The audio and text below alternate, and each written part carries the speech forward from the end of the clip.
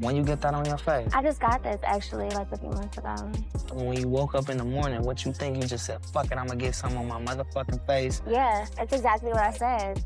When I watched the show was actually entertaining and it was funny. When I was filming the show, it was traumatic. Let me get that clear. Like, it was fun when I watched it. I was like, oh, this is like hilarious. And I'm laughing a lot of the times when I'm watching it. When I was filming it, it was extremely traumatic in many different ways. And still something that I have to process the trauma from till this day. Wow, that sucks. Ray, you know, when I met him, when we were doing the show together, I'll be the first one to admit, we definitely had a instant, like immediate and extremely like huge connection. Just like, I don't even know what it was, but it was just magical. It was instant. Like, we definitely connected really easily. You just keep me in your mind, because I'm gonna be coming back looking for you. You got to do that. I'll be mad if you go. I felt butterflies when me and him were talking for the first time. Like, he even came to my baby shower. Oh, he did? Oh, wow. He was the first one to show up. Wow. Oh, that's really cool. That's really cool. So let me ask you this. Did you watch the show back? Did you watch it when it first aired? Yes. So what did you feel as far as like the way they portrayed you, they being the producers? Because I do feel like you're one of those type of people that feels your feelings strongly. You seem like a very passionate woman, but do you think that they edited you a certain way, or did you feel like it was a pretty accurate depiction of how everything went down? Well, Ray did me a favor and he called me before the first episode aired and he told me that they had edited something that he actually didn't say. So he kind of gave me a heads up, which I appreciated. What was that? In the first episode, they actually have him doing a testimonial and they have him talking about me. Body of a goddess, face from hell. Yeah. Wow. So the line is, body of a goddess, face from hell. And he called me up and he was like, hey, I was really mad that they did this, but I just wanted to let you know before you saw it.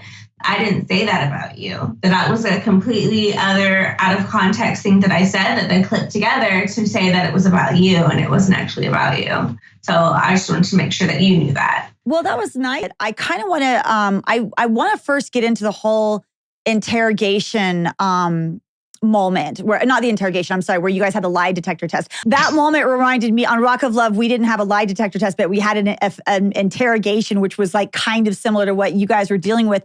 And it sucks because I feel like you were like handling your own and you're definitely like, you stand up for yourself. That's who you are. But when it gets down to a lie detector test where you can only answer yes or no without giving any additional information, it really like fucks you up, which clearly it did fuck you up. So also in that moment of you with the lie detector, the editing was all crazy. So it was making you look like you were saying like yes to all the horrible questions.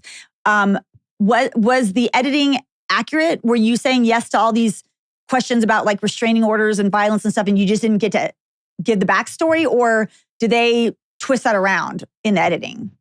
That entire episode was completely edited, and what I was actually answering questions for was a lot worse. Oh, really? Do you think being on this show will help your career? Yes. Have you ever been called mentally unstable? Yes. Have you lied? Whoa. Yes. Have you ever been engaged? Yes. Have you ever been engaged more than once? Have you ever lied? Are you on this show for television exposure? Do you love Ray J? Yes. Have you ever stalked an ex? Yes. Have you ever had a restraining order put against you? No. Yeah. Can you give some examples? No. Okay. So there was a moment where you started to kind of break down and you said, I really didn't want to put that out there, like my mom watching this show, like, which is totally understandable. How much of that was like, so they were asking worse questions, the questions that we actually heard? None of the questions that were aired were the real questions. Oh, All of those questions were not real questions. I see. Oh my God, that's crazy. So do you think that Unique had really come up with some of those questions, or was it the producers? She came up with all of the questions that they asked me. Wow. I mean, things were not cool with you and Unique anyway, but that definitely, I mean, she really threw you under the bus. I just know what my mother did that. Actress. I was like, damn, I feel bad for her. And I knew those really crazy questions came from Unique's. She's very lucky that we were in a safe place. Yeah, that had to have been really difficult for you to have to deal with that. It was. Yeah. I knew there was a moment too where you kind of felt like you went up to Ray J and you're like, hey man, like you totally just like left me out there, like hung me out to dry. Like you saw that I was suffering. You saw that I was in pain during this moment of being questioned and you kind of like weren't really there for me. Like what's up with that? Yeah, I mean, what was the waterboarding challenge not right? a thing? I mean, like, I don't think people were understanding, like, we're human and we're on a TV show. Yeah, well, we signed up for a TV show, but we didn't sign up to be tortured. Right. Yeah. That's torture. Like a lie detector test is a form of torture. An interrogation, like what you experience, is a form of torture. Yeah. I mean, it puts you in a position where you have to admit to things that maybe you don't want to admit to, but then it also denies you the opportunity to explain the backstory or put it into context. I mean, but why do you even have to put anything into context or say backstory for any fucking thing? Like, why do you even have to be put in that position to be interrogated at all? I mean, at the end of the day, he should have been like really grateful that he even had a chance with me. Well, and it just messes up the power dynamic, these shows, because at the end of the day, like, I don't want to bash Ray. I really don't want to bash Ray. So I'm going to say just, you know, outside of him, even let's talk about The Bachelor. Like, most of those women that go on The Bachelor, I'm going to just make assumptions because I don't watch that show, but I'm going to say they're pretty, they're smart, they're educated, they're good women. He would probably be lucky to be with any one of those women. And we had a great cast. So at the end of the day, like, yeah, the show is structured to where we're trying to like do all this extra shit to get with him, but he would have probably been very happy picking any one of us. Well, let's talk about the moment that all of the friends came on, like Warren G. I was always a big Warren G fan, but I also love Tom Green. He is such like that was random. What's that? That was so random. Totally random. I know. I didn't know that they were all friends. He totally doesn't go with that group, which makes it like all the more like amazing. But they really gave you a hard time about this, about the fact that you had this one night stand with this guy. Y'all get to know the ladies? I look around and I'm like, yo, where's Danger? And she's already meeting and mingling with people. She's already in her own world. Kind of like she already knows people. I don't know. And it's like, what do they want? Like a virgin? Like, are you supposed to be a virgin? Are you supposed to have no sexual past? Like, what exactly are they looking for? When you realize you knew one of the guys in Ray's group, and they were really, as soon as everybody else realized that, they were like asking, like, so what happened? Like, did you guys date? Did you date? Did you date? And you're like, no, we didn't date. Out of all the friends, all the homies, everyone, we're talking. Oh man, we're talking. Everyone, who are y'all talking about? Yeah, I fucked Love. You fucked her? Yeah. You fucked Love. That's why I know. Oh, a little bit of a problem. Is that your man? No, that's not my It was man. a long time ago. And they just kept on like, well, how do you know each other? How do you know each other? How do you know each other? And you're like, you know what? We fucked, okay? And I was like, oh. I was like, God bless this woman. That's amazing. I mean, I didn't even really feel like they had to hound me that bad. I just like honest about it. I wasn't ashamed by it. Like, it wasn't a big deal to me. Yeah, because then the female, I forgot what her name is, but that was in with the crew. What's that? Little Brandy. Yeah, she was like, so did you like have a one night stand? And you're like, yeah. She's like, is that something that you like to do? I'm like, are we at church? What is happening right now? So, okay, let me ask you, how long ago prior to that had you hooked up with that dude? Oh, I don't remember. It was like years? Yeah, it was a long time before I even shot the show. And when he popped up, I was kind of like, what the fuck are you doing here? Before I even did the show, I lived in LA for a bit, you know, my adult life.